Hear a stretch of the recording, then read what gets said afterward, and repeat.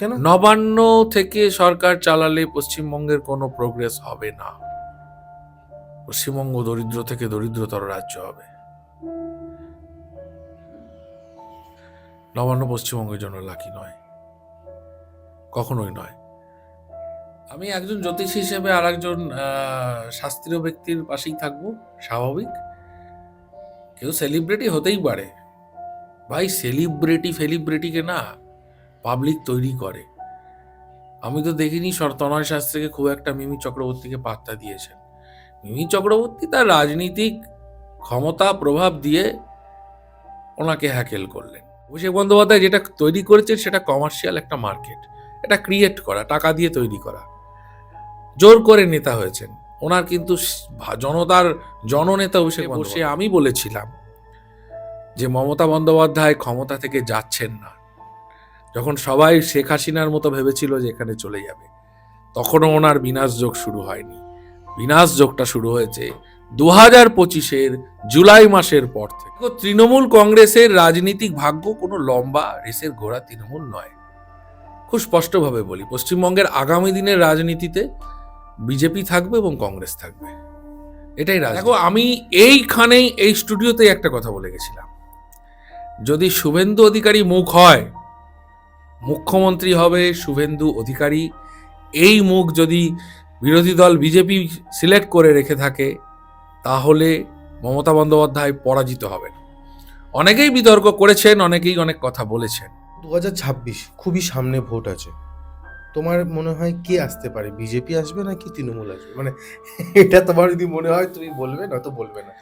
Definitely বলবো, মমতা ব্যানার্জির যে যোগ চলছে তাতে এই 2026-এ আমাদের কাছে যে ডেটা আছে, উনি একটা মানুষ সুইসাইড করতে যাচ্ছে, তার জীবনে হয়তো বিরাট ধাক্কা চলে এসেছে, সেই মানুষটাকে বাঁচিয়ে নিয়ে জীবনে বাঁচার রসদটা তার মধ্যে পুশ করার নাম হচ্ছে জ্যোতিষশাস্ত্র। আজকাল অনেকেই তার প্যাডে রাজজ্যোতিষী লিখে রাখে, কিন্তু রাজজ্যোতিষীর মানে তারা জানে না। অনেকেই লিখে রাখে বিভিন্ন ডিগ্রি, কিন্তু জ্যোতিষশাস্ত্রের কোনো ডিগ্রি হয় না। ডিগ্রি হচ্ছে কাজ, ডিগ্রি হচ্ছে মানুষের ভালোবাসা। রাজ পরামর্শদাতার বুদ্ধি আর আরেকজন পরামর্শদাতার বুদ্ধির মধ্যে পার্থক্য আছে। যে জ্যোতিষী সবসময় পলিটিশিয়ানদের দেখছে, বিজনেসম্যানদের দেখছে, বড় বড় ব্যক্তিদের দিচ্ছে, তাদের সেই জ্যোতিষী পরামর্শ দিচ্ছে। তাহলে তার মেধা, তার জ্ঞান, তার বাস্তব জ্ঞান সেটা অন্য ধরনের। তো নমস্কার বন্ধুরা, কেকে পডকাস্ট আবার স্বাগত জানাই। আজকে একটু অন্যরকম লাগছে না? চশমা পরে আছি, খুলে দেবো? কেমন লাগছে না লাগছে কিন্তু পুরো পডকাস্টে দেখে বলবেন। এবং আজকে কিন্তু যিনি আছেন তিনিও সূর্যদা। কমেন্ট সেকশনে জানাবেন কেমন লাগছে আমাদের দুজনকেই। আর আজকের টপিকটা হচ্ছে কিন্তু রাজনীতি। দেখেছেন, তাই জন্যই তো ক্লিক করেছেন। কে জিতবে, কি হবে, কি হচ্ছে এই রাজ্যে? নবান্ন নাকি শুভ না আমাদের পশ্চিমবঙ্গের জন্য? সেটা কি আমাদের জন্য নাকি সিএম এর, যিনি মমতা ব্যানার্জি আছেন, এত বড় ফাইটার, কি হতে পারে? মানে একটু খুব গোলমেলে লাগছে আমার ইন্ট্রোটা শোনার পর, কিন্তু আজকে যদি পডকাস্টটা দেখেন সব কিছু ক্লিয়ার হবে। অভিষেক ব্যানার্জিকে আমরা আজকাল দেখছি খুব প্রচারে নানান জায়গায় যেতে। সত্যি কি তিনি দলনেতা, বা উনি কি আমাদের সাধারণ মানুষের জন্য সেরকমভাবে ভাবছে? কি জানি। আজকে কিন্তু সূর্যদা সব কিছু বলবে। তার সাথে সাথে সূর্যদার নিজস্ব একটা ইনস্টিটিউট খোলা হয়েছে, সব কিছু ডিটেলস ডিসক্রিপশানেও আছে, এবং নাম্বার দাদাকে যদি হোয়াটসঅ্যাপ করেন সব রকমভাবে।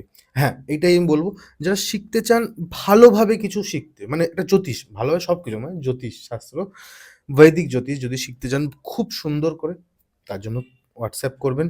দাদা আপনাদেরকে সব রকমভাবে গাইড করে দেবে, এবং ভালোভাবে।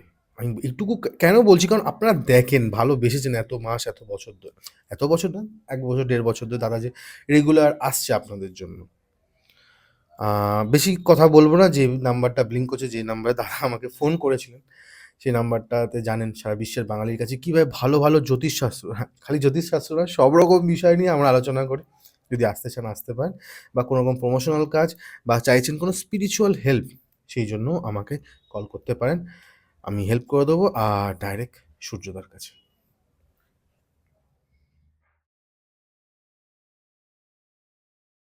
কেমন আছো দাদা?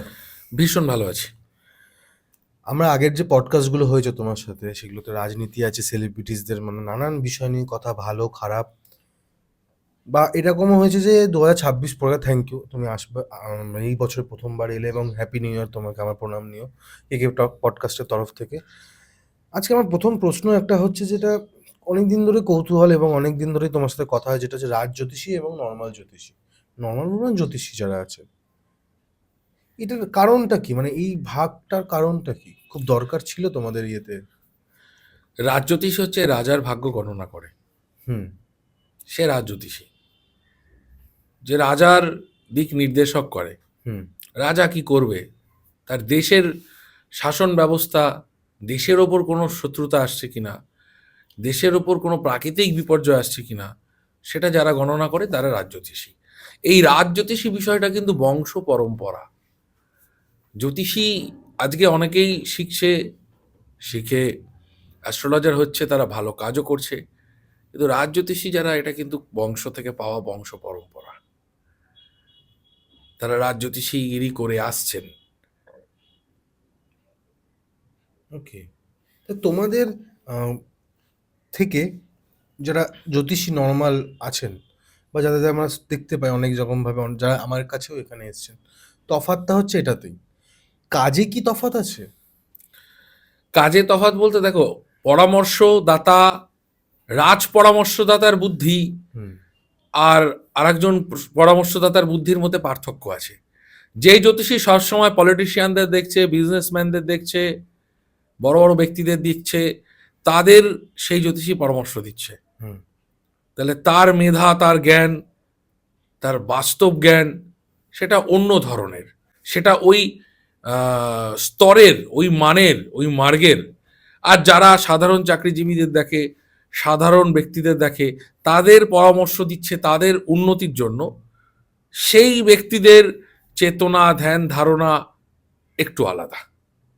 তো রাজাকে যে পরামর্শ দেবে রাজ পরামর্শদাতা, হুম। তার সঙ্গে একজন সাধারণ পরামর্শদাতার পার্থক্য থাকবে।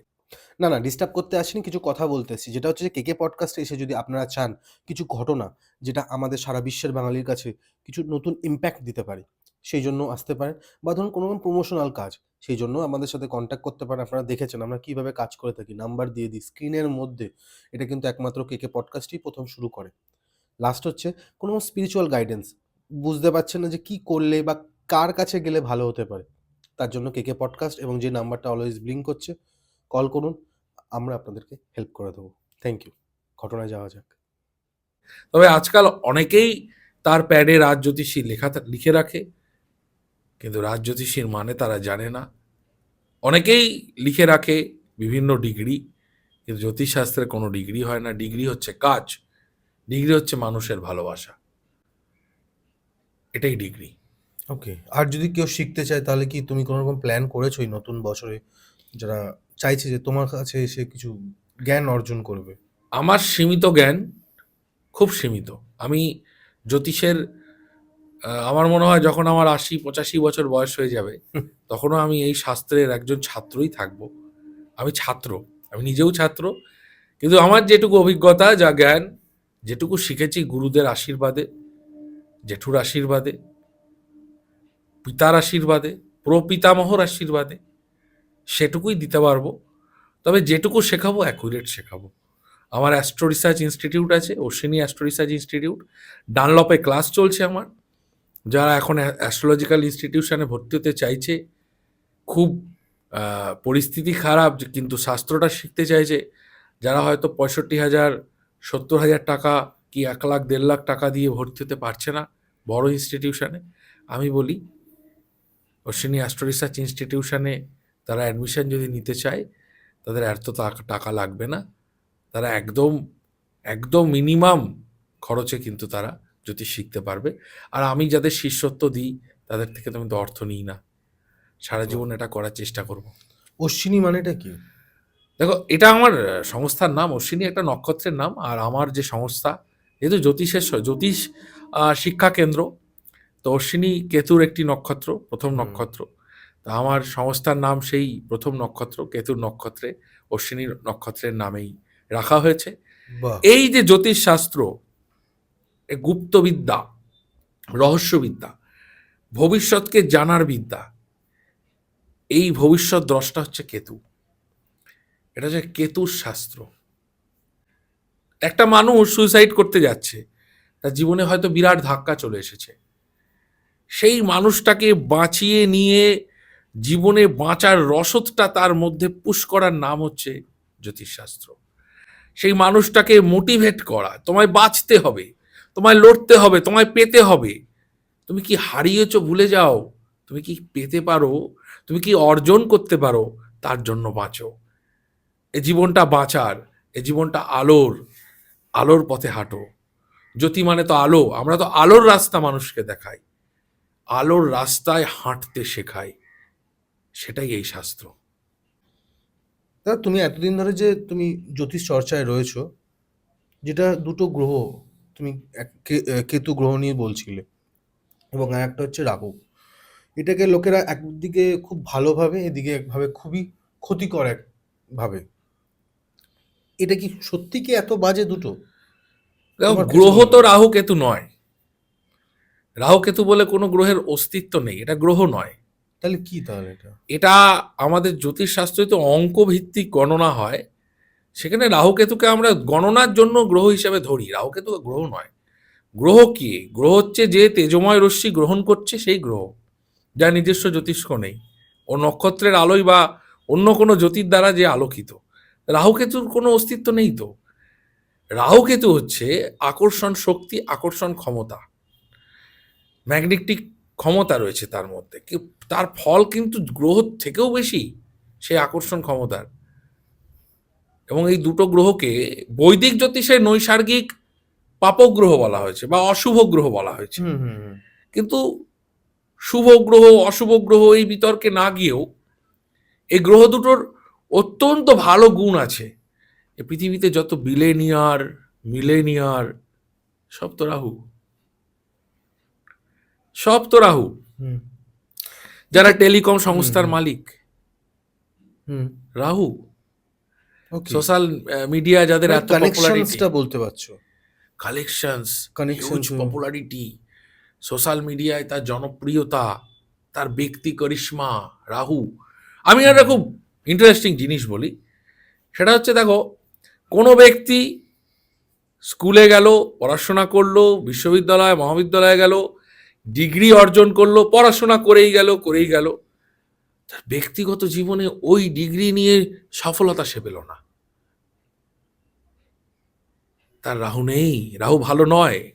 আবার কোনো একজন ব্যক্তি ভালো প্রথা, কি করা যাবে? আমি এটাও মাঝখানে তোমাকে টুকছি। ভালো কি করা যাবে তার রাহুটাকে? দেখো, এটা করা যাবে না, কিন্তু প্রতিকার করা যাবে। মানে পেইন হলে পেইন কিলার দেওয়া যাবে, পুরো ভালো করা যাবে না। তো এটা আমি বলছিলাম, হুম হুম হুম। রাহু কি একটু বলি, ঠিক আছে? রাহু হচ্ছে ব্যক্তি কারিশমা। ও প্রথাগত শিক্ষা ধার ধারে না, ও নিজেই শিক্ষা, ও নিজে আইডল, ওকে সবাই ফলো করে, ও নিজে ব্র্যান্ড, ও নিজে ফেস। এটা হচ্ছে রাহু। একটা ব্যক্তি স্কুলে গেল, পড়াশোনা করে ডিগ্রি অর্জন করে কিছুতে সফলতা পাচ্ছে না, চাকরি পেল, জীবনে সফলতা কোথায়? নাম ডাক যশ খ্যাতি কিচ্ছু নেই। আর একজন ব্যক্তি স্কুলে গেল, ক্লাস 8 অব্দি পড়লো, পড়ে সে কোনো কারণে জনসেবায় নিয়োজিত হয়ে গেল, দেশমাতৃকার সেবায় নিয়োজিত হয়ে গেল। 20-22 বছর পরে লোকটা রাজনীতিতে এসে মুখ্যমন্ত্রী, তারপর দেশের প্রধানমন্ত্রী, এখন বিশ্ব নেতা, ব্যক্তি কারিশমা। নরেন্দ্র মোদীর কথা বলছি। তার যে মেধা, তার মেধা আছে বলে তো সে প্রধানমন্ত্রী হয়েছে। মেধা কি শুধুমাত্র একাডেমিক্যাল শিক্ষা, সার্টিফিকেট? তা নয়। নরেন্দ্র মোদী নিজে একটা শিক্ষা প্রতিষ্ঠান, জীবনে চলার শিক্ষা প্রতিষ্ঠানটার নাম রাহু। আর যার এই ব্যক্তি কারিশমা আছে, যার এই বাস্তব বোধ আছে, সে পৃথিবীকে ডমিনেট করে। তাকে সবাই শোনে, মন্ত্রমুগ্ধর মতো শোনে। রাহু একদিকে জ্ঞান, একদিকে চেতনা, আরেকদিকে সবার গুরু। এ কারণেই তো বিখ্যাত জ্যোতির্বিদরা বলেছেন কলিযুগের রাহু হচ্ছে রাজা। এই কলিযুগের যে জ্ঞান, এই জ্ঞানের কন্ট্রোলারকে রাহু, এই কলিযুগের ফলদাতাকে রাহু, এই কলিযুগের চালক শক্তিকে রাহু, এটা হচ্ছে রাহু। তুমি যে বললে যে সব জিনিসই মানে সব মানে যে বিদ্যা একমাত্র খালি একাডেমিক বিদ্যায় নিতে হবে সেটা কোনো ম্যাটার না। কিন্তু তুমি একটা কথা বলো, একটা মানুষ সে অক্সফোর্ড থেকে পড়াশোনা করে এসছে, ভালো শিক্ষা তার আছে, ভালো কথা বলতে পারে, সব রকম জিনিস তিনি বুঝতে পারে এবং তার ফ্যামিলি একটা রাজনৈতিকভাবে অনেক বছর ধরে যুক্ত। তাহলে তার কি ওই রাহু বা কেতু কি কোনোভাবে শাইন করছে না? আশা করি তুমি বুঝতে পেরেছো আমি কার কথা বলছি। মানে সে কি পলিটিক্সে সাইন করতে পারছে না বলে তুমি না, কথাটা একদমই বলছো? করতে পারছে না। সে যতবারই না, করছে না। প্রধানমন্ত্রী পদের জন্য দাঁড়াচ্ছে, কোনো না কোনোভাবে সে ফেল করছে বা তার কথাবার্তার মধ্যে কোনো না কোনোভাবে ফেলিওর একটা ব্যাপার আসছে। করছে না। কেন নিশ্চয়ই হচ্ছে না? sign করছে না। দেখো, ভাগ্য আর মানে রাজভাগ্য আমি এমন শেষ করি তাহলে তো ওই দুটো জিনিস মানে রাহু আর কেতু হ্যাঁ। ওনার কি ভালো নেই? রাহু কেতু ভালো আছে কি নেই সেটা তো ওনার চার্ট বলবে। হুম। তবে আমি বলছি ব্যক্তি কারিশমার অভাব আছে, অভাব আছে, অভাব আছে। এই ব্যক্তি কারিশমার অভাব আছে বলেই উনি কন্ট্রোল করতে পারছেন না। ওনার রাজভাগ্য নেই, রাজা হওয়ার যে ভাগ্য, সে ভাগ্যটা ওনার নেই। আর এটা তৈরিও করা যাবে না কোনোদিন। এটা ঈশ্বর, ভগবান তৈরি করে দিয়ে পাঠিয়েছেন। উনি সিলেক্ট করে পাঠান রাজাদেরকে, যে রাজা হওয়ার জন্য আমি একে পাঠালাম। রাজভাগ্য না থাকলে রাজা হওয়া যায় না। ঠিক। এমনকি রাজভাগ্য না থাকলে দেশের সেলিব্রিটি হওয়া যায় না, যাকে দেশ চিনবে, রাজ্য চিনবে, সেটাও হওয়া যায় না। কি করে তুমি এই কথাটা বলছো? আগের পডকাস্টে তুমি বলেছো যে অমিতাভ বচ্চন হাতে ওই নামটা আমি ভুলে আছি, পাথর একটা পড়ার পর তার দিনের জীবন চেঞ্জ হয়েছে। তার মানে সে তাহলে ভাগ্য নিয়ে আসি, তার ভাগ্যটা চেঞ্জ করছে একটা পাথর। দেখো, আবার একটা কথা বলছি, হুম। যে পাথর পড়ে সে ভাগ্যবান, তাই পাথর পড়ে। কথাটা বোঝাতে পারলাম? হুম। যে প্রতিকার নেয়, যে জ্যোতিষীর কাছে আসে, সে ভাগ্যবান বলেই প্রতিকারটা নেয়। আমাকে তোমাদের মতনই একটি চ্যানেলে গেছিলাম, তাকে জিজ্ঞেস করেছিল যে দাদা, জ্যোতিষ শাস্ত্রকে তো মানে না এরকম প্রচুর লোক আছে, তারাও তো সাকসেস জীবনে, কেন? খুব ইন্টারেস্টিং প্রশ্ন। কেনটা এখানেই দেখবে, একটা সফল ব্যক্তি একটা ব্যর্থ ব্যক্তির মূল পার্থক্যটা কি জানো? নলেজের, জ্ঞানের, চেতনার। জ্যোতিষীরা কি? জ্যোতিষীরা জ্যোতিষ শাস্ত্রের জ্ঞানী। আমরা ভবিষ্যৎকে দেখতে পারি, আমরা দেখতে পারি এই ব্যক্তিটা এই লাইনে গেলে সাকসেস হয়ে যাচ্ছে কিনা, তবেই তো আমরা তাকে সেই লাইনে যেতে বলি। আবার যে জ্যোতিষী নয় কিন্তু প্রচণ্ড নলেজেবল, তার জ্ঞান আছে, চেতনা আছে, শিক্ষা আছে, অভিজ্ঞতা আছে। ধরো, আমি কথা বলছি অজিত ডোভালের। তিনি হচ্ছে এনএসএ, ন্যাশনাল সিকিউরিটি অ্যাডভাইজার। তিনি একজন জ্ঞানী ব্যক্তি। তিনি কাকে অ্যাডভাইস করেন? তিনি অ্যাডভাইস করেন আমাদের ভারতবর্ষকে, ভারতবর্ষের সুরক্ষাকে নিয়ে অ্যাডভাইস করেন। পৃথিবীতে যত সফল ব্যক্তি তাদের প্রত্যেকের অ্যাডভাইজার আছে, বিজনেস অ্যাডভাইজার আছে, হেলথ অ্যাডভাইজার আছে, আছে কি না? হুম। আছে তো।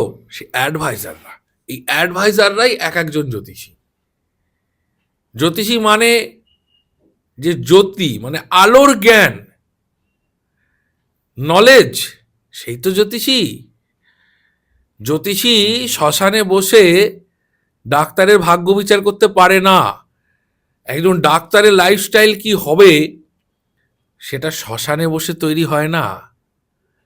যে শ্মশানের জীবন কাটায়, যার জীবনযাত্রার মধ্যে শ্মশান, অশিক্ষা, পড়াশোনার আলোই নেই তার মধ্যে, সে কি করে একটা সভ্য সমাজের একটা ব্যক্তি, একটা কর্পোরেট ওয়ার্ল্ডের কাউকে অ্যাডভাইস করবে তার জীবনযাত্রা নিয়ে?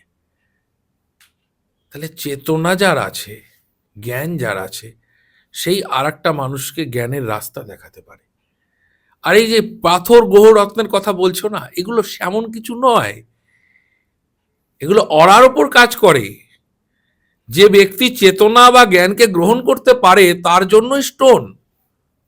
আমি তো এর আগেও তোমাদের এখানে এসে বলেছি যে চাকরিজীবীদের জন্য স্টোন নয়, যারা তুলনামূলক, যাদের মধ্যে শিক্ষা কম, চেতনা কম, যারা শুনতে চায় না, জ্ঞান অর্জন করতে চায় না, তাদের জন্য এই শাস্ত্র নয়, তাদের জন্য উন্নতিটাও নয়।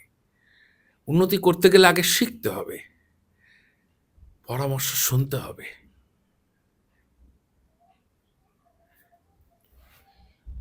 তাহলে কি আবার রাজনীতিতে আমি ঢুকছি, হ্যাঁ, মানে তাহলে আমাদের রাজ্যের রানী যিনি আছেন মমতা ব্যানার্জি, বলা হয় যে তিনি ছোটবেলা থেকেই রাজনীতি করেছেন। আমার বাবাদের কাছে শুনেছি তিনি মাথায় লাঠির বাড়ি খেয়ে আজকে তিনি মুখ্যমন্ত্রী আমাদের রাজ্যে। তোমার মনে হয় না যে তারও এরকম একটা কোনো এই মানে ছিল, রাজ করব, রাজরানী একমাত্র একটা থাকবো? রাজনীতির ভাগ্য নিয়ে এসছে বলেই তো 15 বছর মুখ্যমন্ত্রী সে। এবং যেরকম বললাম, নরেন্দ্র মোদীর রাহুটা খুব ভালো, এনারও রাহু খুব ভালো, ব্যক্তি কারিশমায় তৈরি হয়েছে।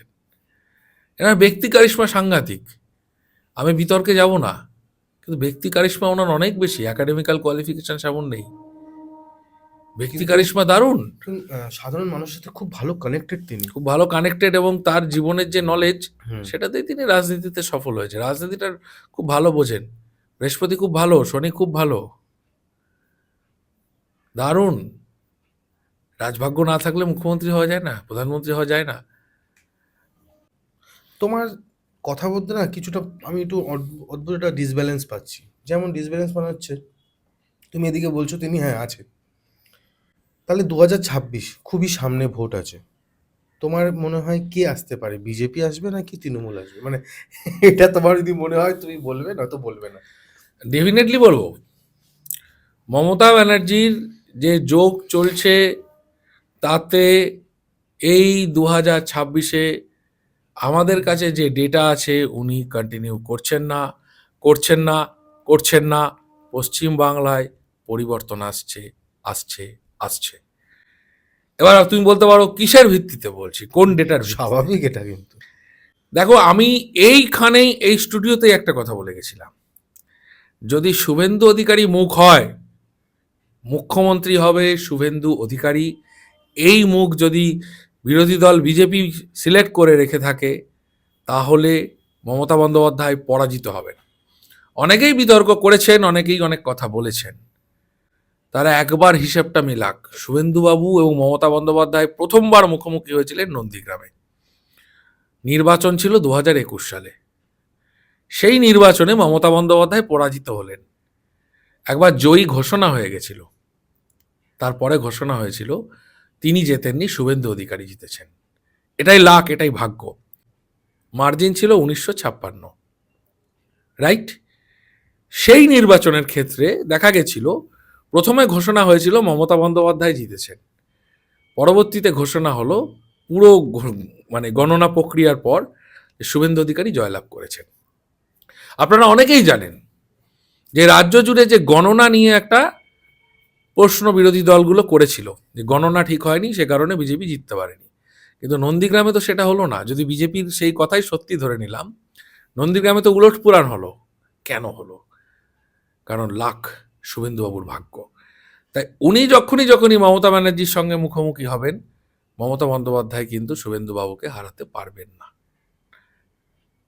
এবং শুভেন্দু অধিকারীর কাছে আজকেও বলছে এই পডকাস্টে, তৃণমূল কংগ্রেসের যে সরকার, সেই সরকারের প্রচুর লোক ওনার হয়ে কাজ করছেন, এটা মমতা বন্দ্যোপাধ্যায়ও খুব ভালো জানেন, এবং এই কারণেই সরকারের সব ইনফরমেশন উনি প্রকাশ্যে নিয়ে চলে আসছেন।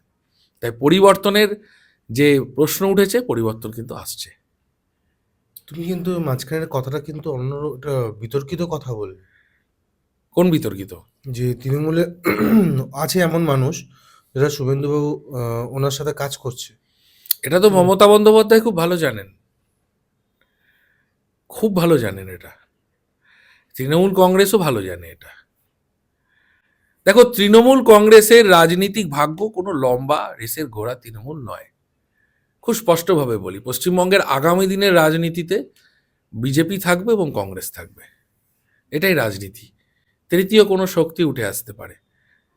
যেই মুহূর্তে তৃণমূল ক্ষমতা থেকে চলে যাবে, বা যেই মুহূর্তে মমতা ব্যানার্জি অবসর নেবেন, সেই মুহূর্ত থেকে তৃণমূল কংগ্রেসের কিন্তু রাজনীতিক অস্তিত্ব থাকবে না। সিপিএম। দেখো, বামেরা একটা ইডিওলজিক্যাল দল এবং মঙ্গলের দল। বামেদের যারা যারা এখনো অবধি দায়িত্বে আছেন, তাদের ভাগ্য বা তাদের লাক এতটা স্ট্রং নয় যে তারা খুব প্রাসঙ্গিকভাবে থাকবেন। তবে বামেরা কিন্তু ভারতবর্ষের রাজনীতিতে প্রাসঙ্গিক থাকবে। তার কারণ কি? যেহেতু বামেদের মধ্যে একটা মঙ্গলের প্রভাব আছে। মঙ্গল কিন্তু কখনো চট করে হারে না, লড়াই ছাড়ে না। বাম লড়বে। বামেরা ক্ষমতার মসনদে না থাকলেও তারা কিন্তু রাজনীতিতে তাদের ইডিওলজি জায়গা থেকে, তাদের ইন্টেলেকচুয়ালি জায়গা থেকে, তাদের একটা গ্রহগত যে বিষয় আছে কমিউনিস্ট পার্টির, সেখান থেকে বামেরা মোটামুটি রাজনীতিতে থাকবে। কিন্তু জেতার কোনো দেখতে পাচ্ছি না। তার কারণটা হচ্ছে ভাগ্য নির্ধারণ করে সেই দলের প্রধান চালকের ওপর। বামেদের এখন যারা দায়িত্বে আছে তারা কিন্তু খুব ভালোভাবে মানে যাদের সাথে লড়াই করতে হচ্ছে তাদের ভাগ্যের মতো স্ট্রং ভাগ্য নিয়ে তারা আসেনি। বহু রাজ্যে কংগ্রেস ব্যাক করেছে ক্ষমতা থেকে চলে গিয়ে। তো আগামী দিনে মানে আমার যেটুকু জ্যোতিষীয় গণনা, তাতে কংগ্রেস এবং বিজেপি এটাই আগামী দিনের পশ্চিমবঙ্গেরও রাজনৈতিক ভবিষ্যৎ। পশ্চিমবঙ্গের রাজনৈতিক ভবিষ্যৎ যারা রাজনীতি করছেন এটা তারা জানেন। যারা কিছু কিছু শক্তির উত্থান ঠিকই হয়েছে, কিন্তু কংগ্রেস এবং বিজেপি এটাই পশ্চিমবঙ্গের আগামী দিন রাজনৈতিক ভবিষ্যৎ। একটা কথা জিজ্ঞেস করি, তুমি কিন্তু সরি, তুমি কিন্তু তখন দিয়ে বলছো যে এনারা চেঞ্জ হতে পারে। জ্যোতিষ বিদ্যা হিসাবে তুমি এই কথাটা বলছো। আমি যদি জ্যোতিষ থেকে একটু বেরিয়ে গিয়ে বলি, এটা কি খালি ওটার কারণ নাকি অন্যান্য সব কারণের জন্য মানুষ তাদেরকে আর পছন্দ করছে না? এবং মানুষ কখন বিরুদ্ধে যায়? সময়, টাইম। যে এক সময় ভালোবাসতো সে কেন তোমার বিরুদ্ধে গেল? টাইম। সময়টা কি চলছে? এই সময়কে কন্ট্রোল কে করে? কালকে। এই কালকে তো কন্ট্রোল করছে স্যাটার্ন। এই কালই নির্দেশ করে দেয় যে তোমার ভাগ্য কোথায়। এই কালই নির্দেশ করে তুমি কোথায় বসবে কি কোথায় বসবে না। দেখো, তুমি যেটা বলছো যে এই রকম পরিস্থিতি তৈরি হচ্ছে বা পরিবর্তন হবে, কি কারণ? দেখো, জনগণ রাজার বিরুদ্ধে যখন যায় তখন একটা রাজদ্রোহের মাধ্যমেই রাজার কিন্তু পতন হয়। রাজদ্রোহ হতে গেলে যে যে যোগগুলো দরকার সেই যোগগুলো কিন্তু অলরেডি আসছে। দেখো, আজকে 2রা ফেব্রুয়ারি তোমার স্টুডিওতে আমরা বসে আলোচনা করছি। আমি বলে দিই, পশ্চিমবঙ্গের কোনো সাধারণ মানুষ অবগত নয় যে আগামী 2 মাস পশ্চিমবঙ্গের রাজ্য রাজনীতি, সামগ্রিক পরিবেশ অস্বাভাবিক উত্তপ্ত হবে। সবাই জানে। এবং এইবার যে উত্তপ্তটা আসছে, সেই উত্তপ্তটার সময় যে সংযোগগুলো হচ্ছে, ট্রানজিস্টগুলো হচ্ছে, সেখানে অ্যান্টি প্ল্যানেটের ট্রানজিস্ট, অ্যান্টি প্ল্যানেটের যোগ, অ্যান্টি প্ল্যানেটের কানেকশন, পশ্চিমবঙ্গের যে ভাগ্য, মুখ্যমন্ত্রীর যে ভাগ্য, তার যে বিচার, তার যে দশা, সেটা কোনো কিছুই অনুকূলে থাকছে না। যে কারণেই প্রজাদের রাজার বিরুদ্ধে দ্রোহ, রাজদ্রোহ। রাজদ্রোহ হলে রাজার পতনের সম্ভাবনা তৈরি হয়। বহু ক্ষেত্রে রাজা প্রজাদের এই রাজদ্রোহকে দমন করে আবার ক্ষমতায় থাকেন, আর বহু ক্ষেত্রে রাজাকে পদচ্যুত হতে হয়। ওই যে দমনটাও রাজা মাঝে মধ্যে করে ফেলতে পারেন রাজদ্রোহকে, যেটা তিলোত্তমার সময় মমতা বন্দ্যোপাধ্যায় করেছিলেন। সেই সময় একটি পডকাস্ট চ্যানেলে বসে আমি বলেছিলাম যে মমতা বন্দ্যোপাধ্যায় ক্ষমতা থেকে যাচ্ছেন না। যখন সবাই শেখ হাসিনার মতো ভেবেছিল যে এখানে চলে যাবে, তখনও ওনার বিনাশ যোগ শুরু হয়নি। বিনাশ যোগটা শুরু হয়েছে 2025-এর জুলাই মাসের পর থেকে। এবং তোমরা একটা জিনিস খেয়াল করে থাকবে, আমরা মমতা বন্দ্যোপাধ্যায়কে কখনো ডাইরেক্ট বিরোধী কোনো দলকে দেখিনি বলতে যে প্রুফ দিয়ে যে ওনার এগেনস্টে কোনো অভিযোগ আছে করাপশনের। কদিন আগে উনি যখন ফাইল নিয়ে বেরিয়ে এলেন, ওনার ইমেজে আরো একটা নতুন ধাক্কা লাগলো। এগুলো সংকেত, এবং এই সংকেতগুলোই আগামী দিনে পশ্চিমবঙ্গের ভাগ্যকে নির্ধারণ করবে। তাই আবারও বলছি, জ্যোতিষ দুটো মানুষের ভাগ্যের ওপরে ফলাদেশ নির্ণয় করে। দুটো ভাগ্য বিচারের যে ফলাদেশ আমার কাছে মনে হয়েছে, আমি সেটাই বলেছি। হুম। এবার এটা অন্যরকম প্রশ্ন করি। ধরো বিজেপি থেকে তুমি বলছো যদি শুভেন্দুবাবু দাঁড়ায় তাহলে একটা দিক দেখতে পাওয়া যাচ্ছে বিজেপি হিসেবে। সাপোজ ধরো যদি শুভেন্দুবাবুকে সরিয়ে দেওয়া হলো। শুভেন্দুবাবু যদি মুখ্যমন্ত্রী মুখ না হয়, হুম তাহলে আর যারা বিজেপির এই মুহূর্তে প্রথম সারিতে আছেন, হুম তারা যদি কেউ মুখ হয়, তাহলে কিন্তু এই যে ভবিষ্যৎবাণী করলাম, এটা কিন্তু পুরোপুরি মিলবে না। নিশ্চিত বিজেপি খুব ভালো ফল করতে চলেছে, এবং নিশ্চিত দল হিসেবে তৃণমূলের রাজনীতিক যে জায়গা, আগামী দিন তৃণমূল দলটা থাকবে না, এটাও আমি বলে গেলাম এই পডকাস্টে। এটাও শিওর, তৃণমূল দলটা আগামী দিন থাকবে না। কেন থাকবে না? কারণ বুথের দল, ওদের একটা নির্দিষ্ট পিরিয়ড, প্রায় শেষের দিকে, আর বেশি দিন নয়। তো শুভেন্দুবাবু মুখ না হলে যেটা হবে, সেটা হচ্ছে বিজেপি ধাক্কা খেতে পারে, সরকার করতে গিয়ে সংখ্যা কমে যেতে পারে, কিন্তু তাতে মমতা বন্দ্যোপাধ্যায়ের পতন আটকাবে না পুরোপুরি।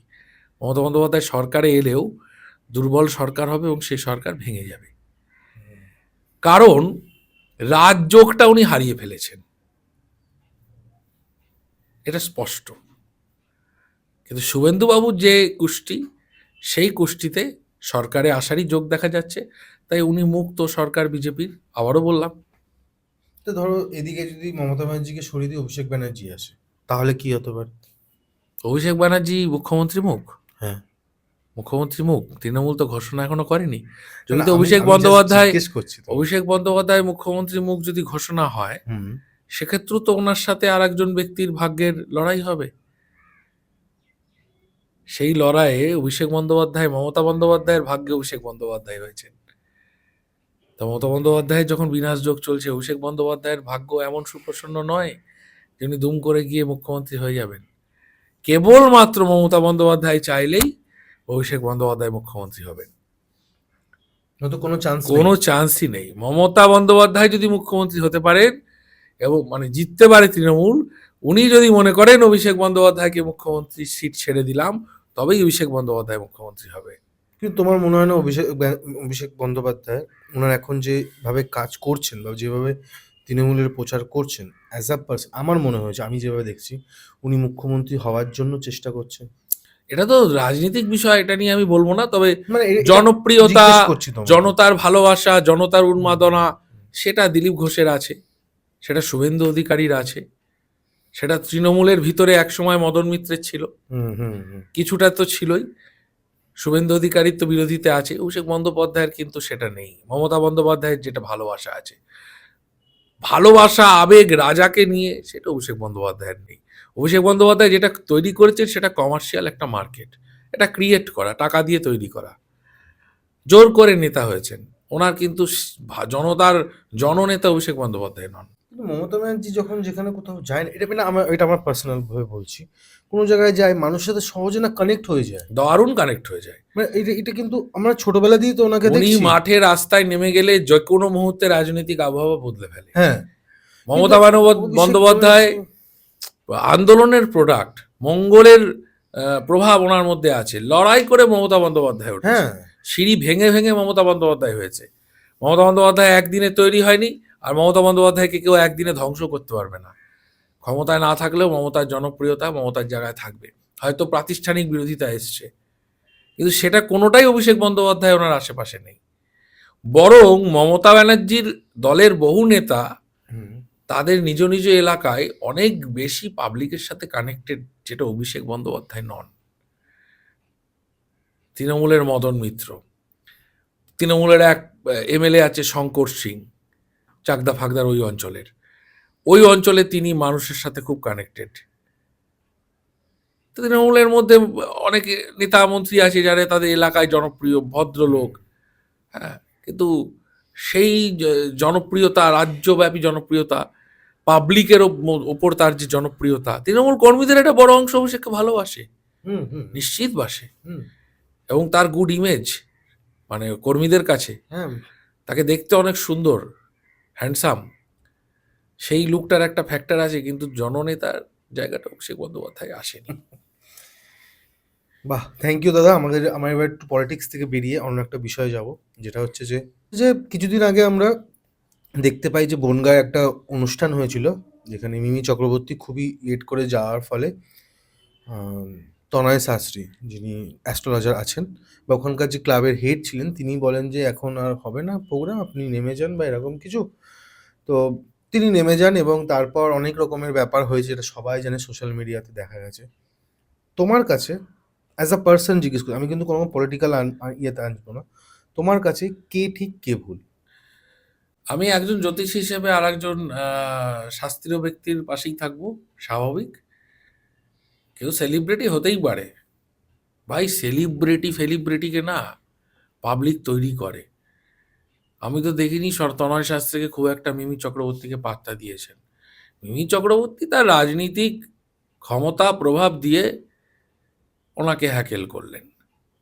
আমি কখনোই মিমি চক্রবর্তীর পক্ষে দাঁড়াবো না, একজন জ্যোতিষী হিসেবে, একজন সাধারণ মানুষ হিসেবে। ক্ষমতার অপব্যবহার করা যায়, ক্ষমতার অপব্যবহার করেছেন, তাই উনি মিমি চক্রবর্তী, উনি সুচিত্রা সেন নন। সুচিত্রা সেনের মতো বলতে পারবেন না আমি মিডিয়াকে মুখ দেখাবো না, মানে মিডিয়া আমার ছবি তুলতে পারবে না। এবং সুচিত্রা সেন স্টার, উনি ঋতুপর্ণা সেনগুপ্ত নন, যিনি 3 ঘন্টা দেরি করে সেটে গেলেও প্রডিউসাররা বসে থাকে যেন ঋতুপর্ণা সেনগুপ্ত এসছে। উনি সুপারস্টার। তাই উনি কোয়েল মল্লিকও হতে পারেননি, যিনি জুটি বেঁধে হিট দিয়ে গেছেন। যেন উনি মিমি চক্রবর্তী খুব ভালো অভিনেত্রী, কিন্তু ঔদ্ধত্য ভালো না। ওনার ঔদ্ধত্যর জায়গাটা একজন শাস্ত্রীয় ব্যক্তির সঙ্গে উনি যেটা করলেন, এই জিনিসটা কখনোই আমি অন্তত ভালোভাবে দেখি না। খারাপই করলেন। আমি অনেকদিন ধরেই তনয় শাস্ত্রী ওনার পেজটাকে আমি দেখছিলাম।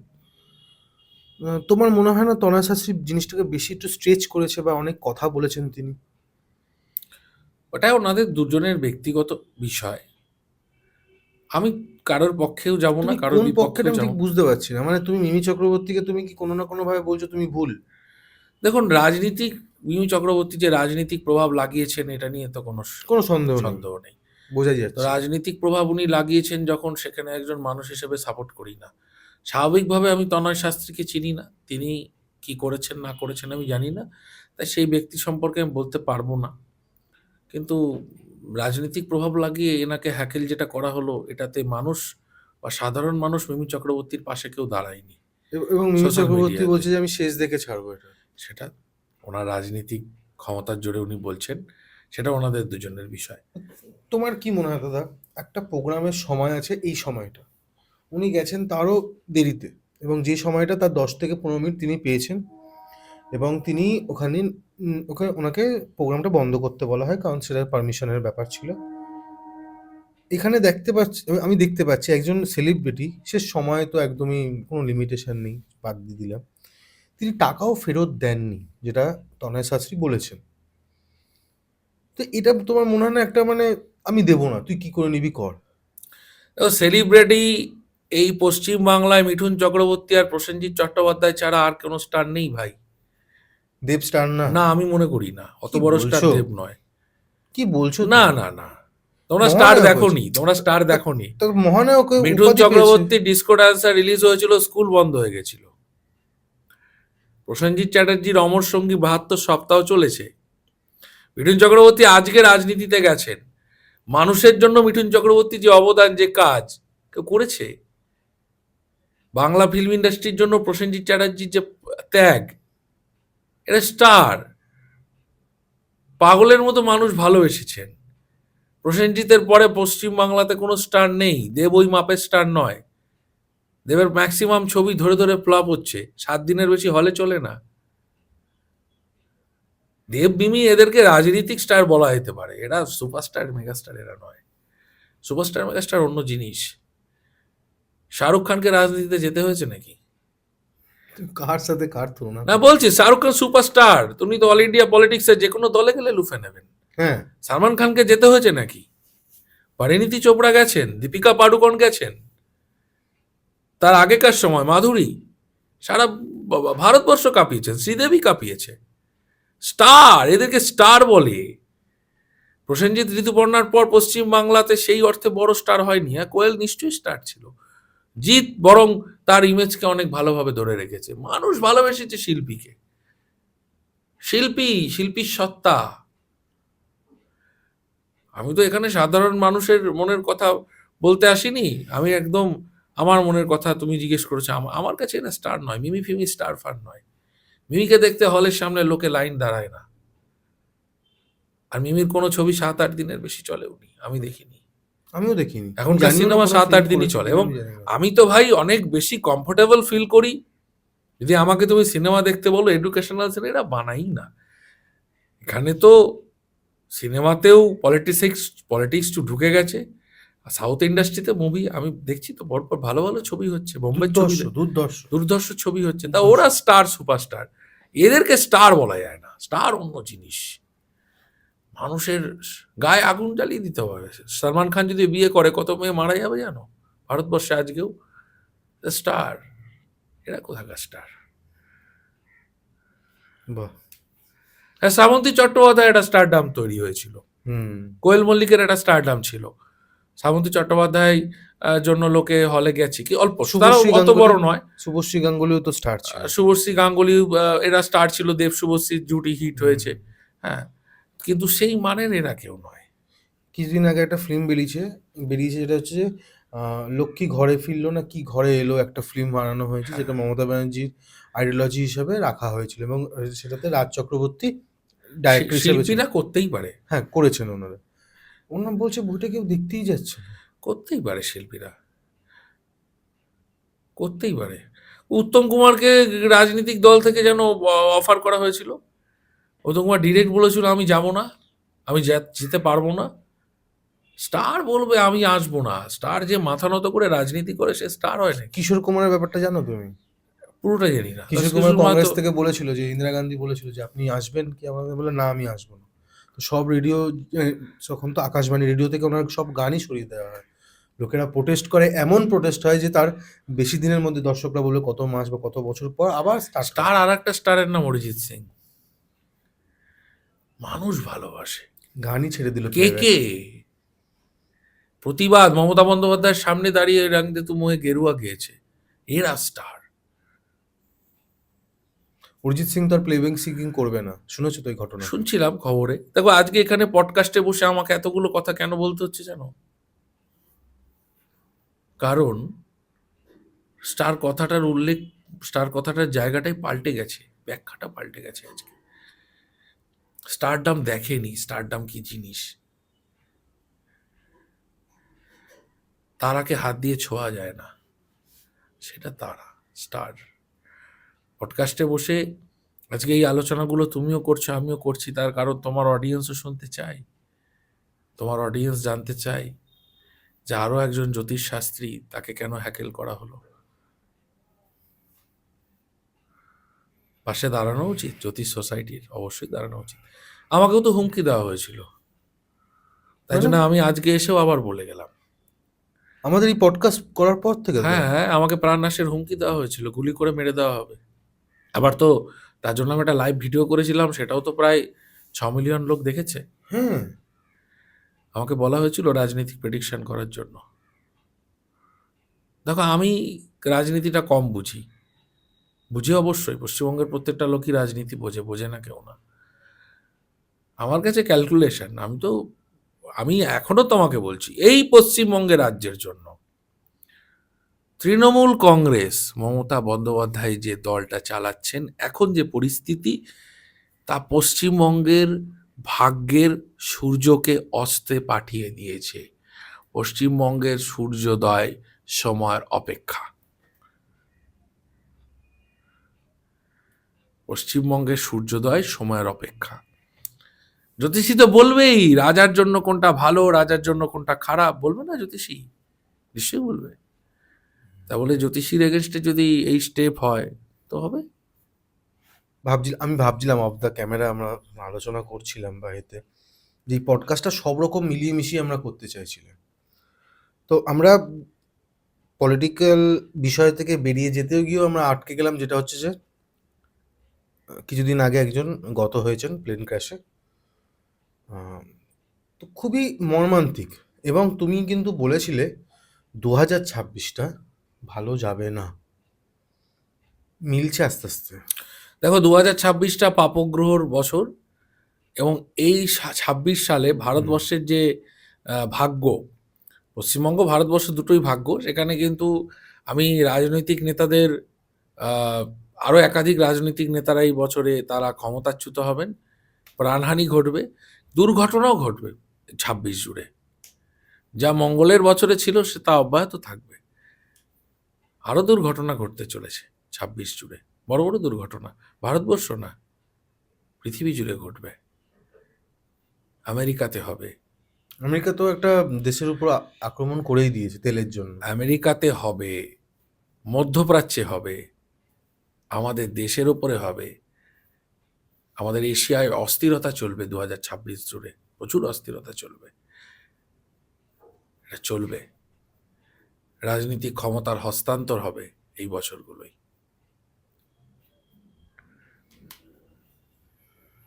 কারণটা কি, মানে এই বছরের জন্যই?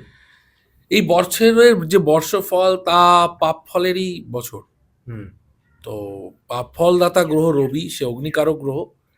অগ্নিকারক গ্রহর বছরে অগ্নুৎপাত হয়, রেল অ্যাক্সিডেন্ট হয়, প্রাকৃতিক বিপর্যয় হয়, জাতিগতভাবে একটা অঞ্চল, একটা ছোটোখাটো শহর, তাতে আগুন জ্বলতে পারে বিক্ষোভের জন্যে। এই ধরনের বড় বড় বিমান দুর্ঘটনা, যেখানে একসাথে প্রচুর মানুষ এফেক্টেড, এই ধরনের ঘটনা এই 2026 জুড়ে সংগঠিত হবে। পাহাড়ি অঞ্চলে বিপর্যয়, ধার্মিক স্থানে বিপর্যয়, এগুলো চলবে অব্যাহত। কোনো রকম অ্যাটাক দেখতে পাচ্ছ অ্যাটাকও হবে আমাদের দেশে, মানে ভারতবর্ষে? ভারতবর্ষে, পুরো মধ্যপ্রাচ্যেই প্রভাব পড়বে। ভারতবর্ষ তো পড়বেই, এশিয়ার মধ্যে অবশ্যই পড়বে। একটা দেশের ব্যাপারে জিজ্ঞেস করি, বলো। বাংলাদেশে কি হবে তোমার মতে? দেখো, বাংলাদেশের রাজনৈতিক অবস্থান তো সবাই জানে খুব খারাপ। হুম। বাংলাদেশ এমন ভাগ্য নিয়ে জন্মেছে, বাংলাদেশ আর পাকিস্তান, এই দুটো দেশের কোনো উন্নতি হবে না যতদিন না এদের নতুন করে মানচিত্র কাটাছেঁড়া হবে বা নতুন করে এই দেশগুলোর পুনরুত্থান হবে ততদিন। এদের ভাগ্যটাই খুব খারাপ, এই দেশগুলোর উন্নতি হবে না, এই মুহূর্তে হবে না আর। এরমই থাকবে, এই দেশের দারিদ্রতা থাকবে, মানুষের কষ্ট থাকবে, মানুষ অত্যাচারিত হবে, এরমই চলবে। ভারতবর্ষে কংগ্রেস আসুক, বিজেপি আসুক, অন্য দলের সরকার আসুক, কিছু না কিছু প্রোগ্রেসিভ ভারতবর্ষ সবসময় করবে, হুম। কিন্তু এরা পারবে না। তোমার মনে হয় না যে বাংলাদেশে এখন একটা অদ্ভুত একটা ওয়েদার চলছে, যেটাতে কোনো না কোনো আমার মনে হচ্ছে যে ওরা নিজেদের দেশের সম্পদ নিজেরা নষ্ট করছে। মানে বাংলাদেশ মানে এখন ধূলিসাতের পথের মধ্যে চলছে আস্তে আস্তে। বাংলাদেশের পরিস্থিতি খুবই খারাপ। কারণ ওখানকার সাধারণ মানুষরাও বলছে আমরা তো এরকম চাইনি আমরা কোনোদিন। দেখো, এই মধ্যপ্রাচ্য, এশিয়া, এই অঞ্চলের মধ্যে হুম। চায়না, জাপান, হুম। ভারত, হুম। এই সব দেশগুলোকে বাদ দিলে, থাইল্যান্ড, বাকি দেশগুলোর মধ্যে অস্থিরতা যেরকম আছে সেগুলো বাড়বে, এবং আস্তে আস্তে পৃথিবীর কন্ট্রোল ভারত, চায়না, এই দেশগুলোর হাতে আসবে। আমেরিকার দাদাগিরিটা অনেক কমবে আগামী 10-15 বছরের মধ্যেই। এবং ভারতবর্ষেও আর একটা কথা বলি, নতুন ধর্মের উদ্ভব হবে, নতুন ধর্ম, নতুন মতবাদের উদ্ভব হবে আগামী 20-30 বছরেই, প্রখরভাবে হবে। নতুন ধর্ম ঠিক বুঝলাম না। যখন দেখো, এক একটা সময় কখনো ইসলামের উদ্ভব হয়েছে, হুম। কখনো শৈব ধর্ম এসেছে, কখনো দেশভিত্তিক কোনো ধর্ম এসেছে, যেমন সিন্টো ধর্ম আছে, কখনো ইহুদি ধর্ম এসেছে। বিশ্বব্যাপী যে ধর্মগুলো ছড়িয়ে পড়ে, সেরকমই একটি ধর্মের উদ্ভব এই ভারতবর্ষের মাটি থেকে হবে। 2072-এর মধ্যে পুরো ভারতবর্ষের প্রত্যেকটা রাজ্যে সেই ধর্ম বিপুলভাবে প্রচারে চলে আসবে। এই ধর্মমতটির নাম আজন্য ধর্ম। অপেক্ষা করো, দেখতে পাবে। দাদা, আমরা জানি তুমি বাস্তু দেখো, এবং আমরা অফ দ্য ক্যামেরা দুটো জায়গা নিয়ে কথা বলছিলাম, যেটা হচ্ছে রাইটার্স এবং নবান্ন। নবান্ন, কি আছে ওখানে? দেখো, বিধান রায়, অজয় চক্রবর্তী, সিদ্ধার্থ শঙ্কর রায়, জ্যোতি বোস, বুদ্ধদেব ভট্টাচার্য, হুম। একজন মিস করলাম, পশ্চিমবঙ্গে যারা প্রাক্তন মুখ্যমন্ত্রী ছিলেন অধিকাংশ তো রাইটার্স থেকে সরকার চালিয়েছেন। সে হুম। লালবাড়ি, মুখ্যমন্ত্রী মহাকরণে আসতেন, সাংবাদিক সম্মেলন করতেন, সেই ধুতি পরা চিরচারিত ছবি আমরা 2011 পর থেকে আর দেখি না। আমরা দেখলাম নবান্ন থেকে সরকার চালানো শুরু করলেন মমতা বন্দ্যোপাধ্যায়। তোমার কি মনে হয় এই লাল আর নীল সাদার মধ্যে কোনো জ্যোতিষ কানেকশন নেই? আছে। আছে। বৃষ লগ্নজাত জাতক মমতা বন্দ্যোপাধ্যায়। বৃষ লগ্নের যোগকারক গ্রহ শনি। বৃষ লগ্নের জাতক জাতিকাদের অত্যন্ত শুভ দুটি রং, একটি নীল একটি সাদা। মমতা বন্দ্যোপাধ্যায় রাইটার্স থেকে নবান্নয় শিফট করলেন, বসলেন গিয়ে 14 তলায়। 14 মানে 4 আর 1 5, 5টা বুধের সংখ্যা, বৃষ লগ্নের পঞ্চম পতির সংখ্যা। 5ই জানুয়ারি তার ডেট অফ বার্থ, যেটা গুগলে দেওয়া, যেটা কিন্তু উনি বলেন সঠিক নয়, সেখানেও কিন্তু 5। একাধিক প্রকল্প 5 তারিখে দিদি ঘোষণা করেছেন। দিদি শাড়ি যখন পরতেন, নীল পেরে সাদা শাড়ি আর সবুজ পেরে সাদা শাড়ি, খেয়াল করে দেখেছ?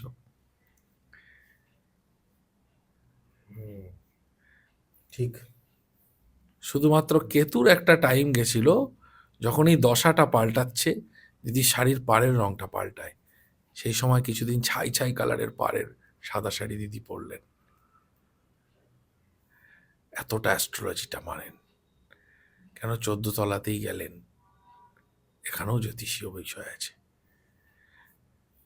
আবারও বলছি, এই বুধ মমতা বন্দ্যোপাধ্যায়ের এই যে লগ্নের শনি এবং শুক্র তার লগ্নের, এই 3টে শুভ গ্রহের এই কম্বিনেশন ওনার লাইফস্টাইল, ওনার ডিসিশন মেকিং জায়গা, ওনার রাজনৈতিক জায়গায় বারবার বারবার বারবার ফুটে উঠেছে।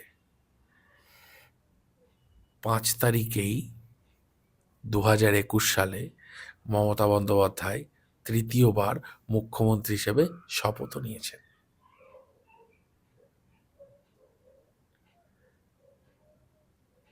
সম্ভবত 5ই মে, 2রা মে মনে হয় রেজাল্ট বেরিয়েছিল।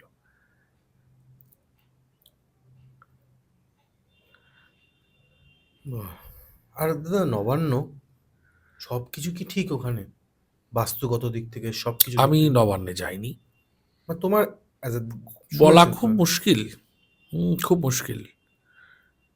তবে নবান্ন পশ্চিমবঙ্গের জন্য শুভ নয়।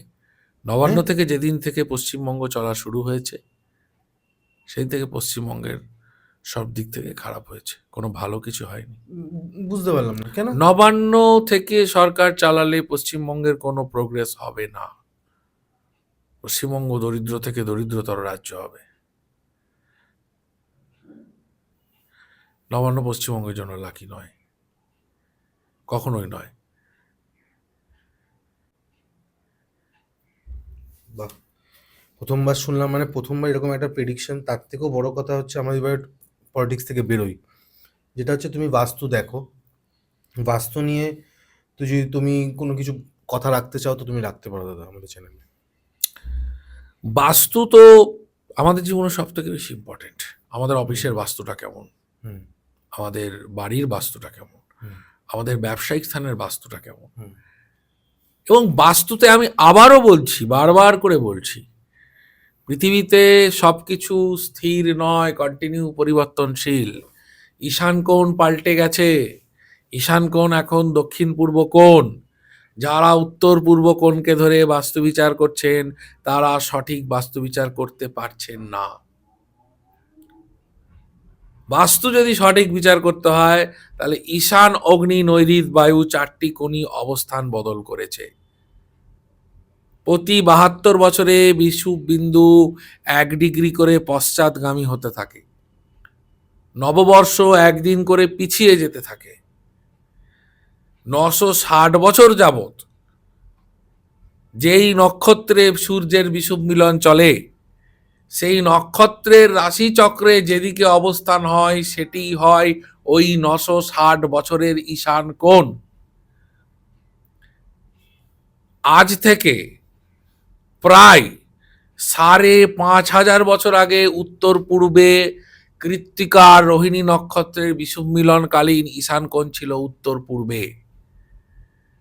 এই যত জ্যোতিষীরা এখন উত্তর পূর্বকে ঈশান কোণ ধরছেন, তারা 5,500 বছর পুরনো জায়গায় পড়ে আছেন। 78 খ্রিস্টাব্দে রেবতী নক্ষত্রে বিষুম্মিলনকালীন ঈশান কোণ হয়েছিল পূর্ব দিকে। ঈশ্বরের নাম হয়েছিল লক্ষ্মী। এ কারণেই লক্ষ্মী পুজো পূর্ব দিকে মুখ করে করার প্রথা চালু হয়েছিল। আবার ঈশান কোণ সরে গেছিল তারপরে 960 বছর। 1038 থেকে 1757 ঈশ্বরের নাম ছিল আল্লাহ। এবং ইসলামে জ্যোতিষ চর্চা সেইভাবে না হয় ঈশান কোণ গুরুত্ব হারিয়েছিল। পরবর্তী যুগে আল্লাহ এবং খ্রিস্ট একই দেবতা। খ্রিস্টের যুগেও সেইভাবে জ্যোতিষ চর্চা হয়নি 1998 সাল পর্যন্ত।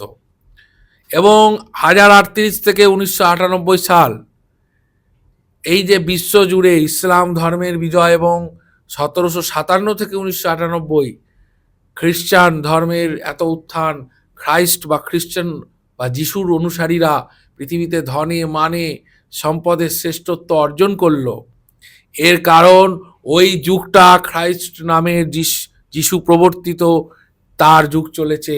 তার আগের যুগটা মোহাম্মদ প্রবর্তিত আল্লাহ নামের যুগ চলেছে। 1998 থেকে ঈশ্বরের নাম পাল্টে গেছে। এখন ঈশ্বরের নাম হচ্ছে অজন। পূর্ব ভাদ্রপদ নক্ষত্রে সূর্যের বিষুম্মিলন চলছে। এখন ঈশান কোণ হয়েছে দক্ষিণ পূর্ব কোণ। এই কথাটি চিরন্তন সত্য, এবং এই চিরন্তন সত্যকে গুজ্জা আকারে ঋগ্বেদ সংহিতার মধ্যে আমাদের ঋষিরা রেখে গেছিলেন বিশিষ্ট অদ্বৈত তত্ত্বের নামে। যে তত্ত্বগুলি বাইরে আজকের যারা জ্যোতিষবিদ বাস্তুবিদ তারা প্রপার ভাবে জানে না বলে তারা গণনা করতে পারছে না। তুমি মিলিয়ে নাও, গতকালও আমি একজনের বাড়িতে নৈহাটিতে বাস্তু বিচার করতে গেছিলাম। উত্তর পশ্চিম কোণে তার বাড়িতে টয়লেট ছিল। 25-27 বছরের বাড়ি। ভদ্রলোকের মা ক্যান্সারে মারা গেছেন। ভদ্রলোকের বাবা ব্রেন স্ট্রোক হয়ে দীর্ঘদিন ভুগে মারা গেছেন। পরিবারটার কেন এরকম হলো?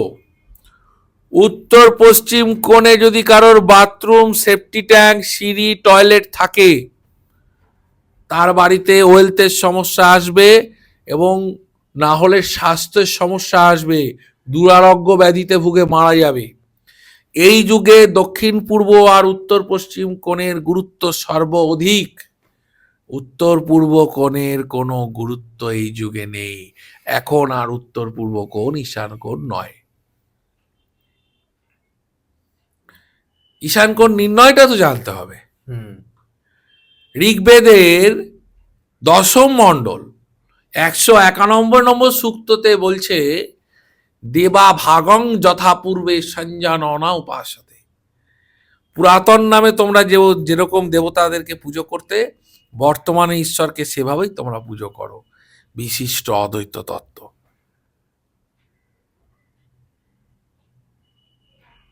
শুধু তাই না, যেই নামের যখন যুগ চলে সেই নামের উপাসকরা ধনে, জ্ঞানে, মানে, ক্ষমতায়, মারণাস্ত্রে বিশ্বে সর্বশ্রেষ্ঠ জাতি হিসেবে আত্মপ্রকাশ করে। কথা ধ্রুব সত্য, যুগ যুগ ধরে হয়ে এসেছে। 78 থেকে 1038 ঈশ্বরের নাম হয়েছিল লক্ষ্মী। আমরা লক্ষ্মী উপাসক ভারতীয়রা বিশ্বে ধনে, জ্ঞানে, শিক্ষায় সর্বশ্রেষ্ঠ জাতি হয়েছিলাম। ভারতবর্ষকে সোনার চিড়িয়া বলা হয়েছিল। কেউ প্রশ্ন করবে না কি এমন ঘটলো যে নালন্দা, তক্ষশিলা, বিক্রমশিলা, যে ভারতবর্ষে আসছে মেগাস্তিনি, হিউয়েন সাং এসে বলছে এই দেশের রাস্তায় সোনা পড়ে থাকলেও মানুষ কোড়ায় না, এত ধনশালী দেশ। সেই সোনার চিড়িয়া কি কারণে হঠাৎ করে এত দারিদ্রতায় চলে এলো, কেউ ভাবলো না? এটা ঈশ্বরের নামের প্রভাব।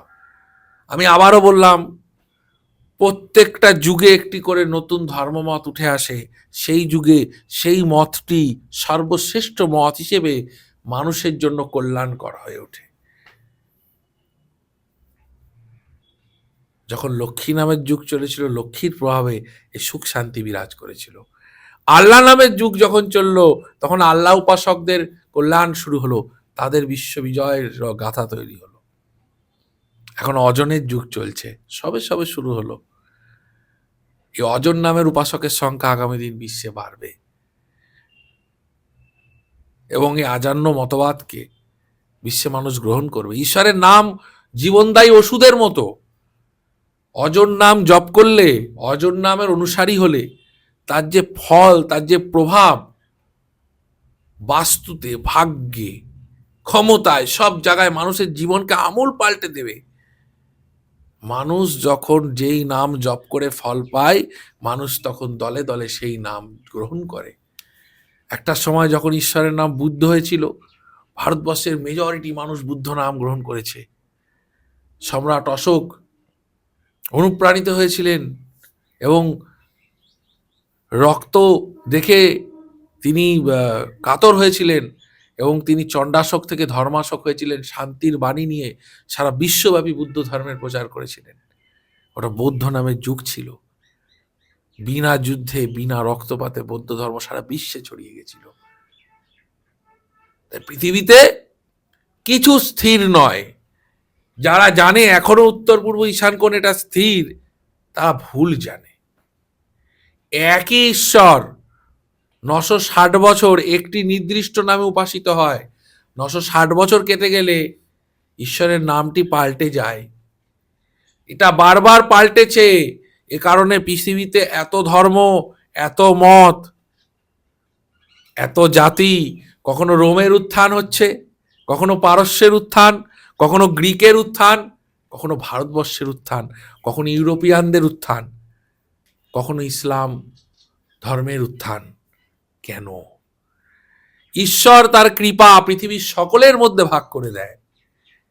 এই গুহ্য জ্ঞানটা ঋগ্বেদে রয়েছে, যে বেদ ভুলে আজ হিন্দু জাতির অবস্থা খুব শোচনীয়। তারা কেউ ধর্ম আনে না। ওই বাড়িতে পুজোতে মাছ খাইয়েছে, আমিও খাওয়াবো। ওর বাবার শ্রাদ্ধে গলদা চিংড়ি হয়েছে, তাহলে আমি বাগদা চিংড়ি খাওয়াবো। এটা হচ্ছে হিন্দুদের ধর্ম। হিন্দুরা তার ধর্মগ্রন্থটা পড়ে দেখে না, এবং সবটাই ঈশ্বরের ইচ্ছে। ঈশ্বর চান বলেই পৃথিবীতে সব ঘটছে। ঈশ্বরের ইচ্ছাতেই আমি এখানে এসে কথাগুলো বললাম। থ্যাংক ইউ দাদা। আজকের পডকাস্টটা সত্যি খুবই সুন্দর হয়েছে এবং সব কিছু মেলানো মেশানো। নাম্বার দেওয়া আছে, আপনারা কন্ট্যাক্ট করবেন। আমি আর দীর্ঘায়িত করবো না।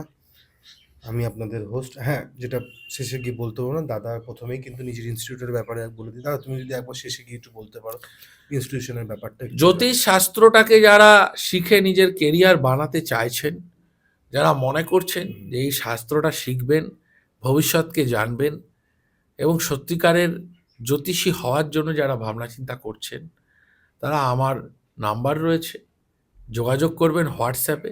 আবারও বললাম, হোয়াটসঅ্যাপে যোগাযোগ করবেন, আমি তাদেরকে ডিটেল বলে দেব। অ্যাডমিশান চলছে, অ্যাডমিশান নিতে পারেন জ্যোতিষ ক্লাসের জন্য। নমস্কার। আর আমি আপনাদের হোস্ট কৌশিক সেন। আজকে আমাদের গেস্ট আবারও সূর্যদা, মানে অভিমন্যু সূর্যদা, এবং ক্যামেরার পেছনে অ্যাজ ইউজুয়াল কিংশুক সেন। নমস্কার। নমস্কার দাদা। নমস্কার।